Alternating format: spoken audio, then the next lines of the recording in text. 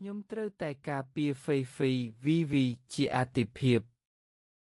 ហេតុអ្វីបានជាខ្ញុំមានអារម្មណ៍ថាអ្នកកំពុងតែសង្សឹកកុំបារម្ភអីខ្ញុំប្រកាសជាស័ក្តិសមក្នុងការការពារហ្វេហ្វីជាងអ្នក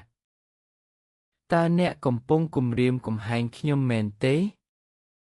រឿងរ៉ាវអាឡែស៊ីស្វាយហ្វេហ្វីអាឡែស៊ីជាមួយស្វាយយ៉ាងធ្ងន់ធ្ងរវានឹងធ្វើឲ្យនាងគ្រោះថ្នាក់ដល់ជីវិត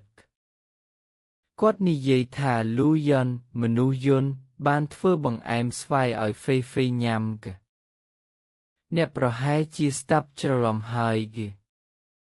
ខ្ញុំមិនអាចស្ដាប់ច្រឡំដាច់ខាតការជឿជាក់លើមនុស្សយន្តនិងមនុស្សតើអ្នកសុខចិត្តជឿលើមនុស្សយន្តជាងជឿលើខ្ញុំឬ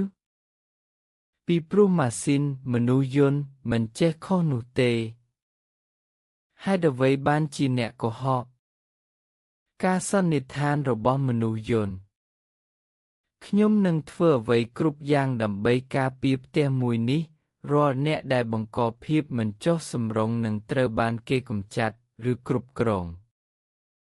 ជួនកាលខ្ញុំមានអារម្មណ៍ថាអ្នកមិនដូចជាមនុស្សយន្តដែលមានចិត្តត្រជាក់ដទៃទៀតទេប៉ុន្តែអ្នកហាក់ដូចជាមនុស្សពិតអញ្ចឹង